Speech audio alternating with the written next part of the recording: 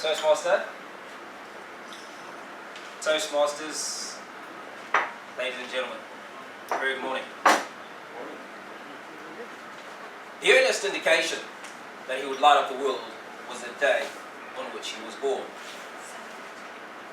The month of April 1974 was firmly embedded in the middle of the rainy season. But Tuesday, April 23rd was a day like no other. The sun shone, the birds chirped, and the butterflies fluttered in the breeze, as if Mother Nature had acceded to this apparent April mystery. Ward 6 of Mfakosi Maternity Hospital had been without activity all morning until clock struck 6. There were 2 spankings of a baby's bottom and a piercing cry. The suspicions that had lingered for the last 9 months held true. At 6 pounds and 5 ounces, Ronald Ribatika had entered the fray of life. 33 weeks earlier, an ecstatic Rosalind had decided that her firstborn son would be called Ronald, for like his name, he'd be a mighty counselor. But alas, his father Rodwell was more inclined to bright of mind or spirit, commonly known as Hugo. As fate would have it, a few weeks after the youngster was born, his grandfather would succumb to illness. And with that, Fasipanojga was thrown into the naming equation, for the earth had taken away the 64-year-old grandparent before it had the opportunity to cradle his 6th grandson in his arms.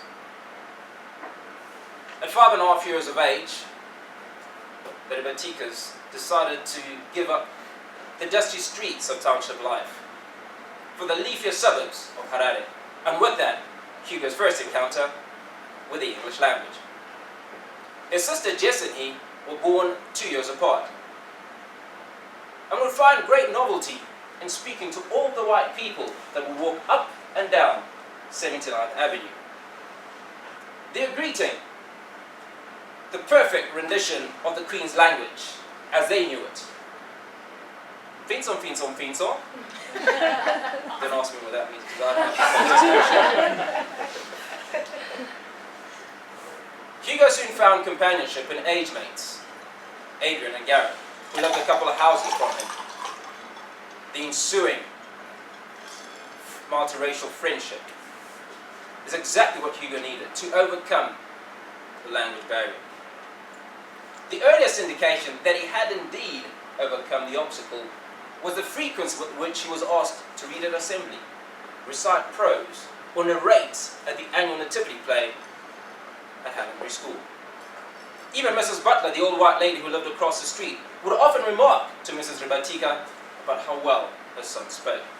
When he wasn't speaking, he was shouting on the field of play.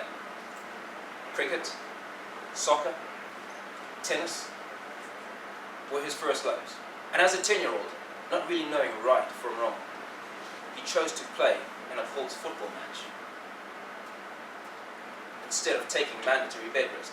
A week later, when he returned, his class was pretty bare, as all his classmates were still recovering from the chicken pox that he'd so unwittingly passed on that fateful Monday the week before. As time often does, it whizzed by ever so quickly, and the teenager was nearing the end of high school. They taught him well at St. John's, and he blossomed. School prefect, debate captain, public speaking president, and football captain, we shan't go into the results of the hugest mauling that his team suffered in all the history of high school football.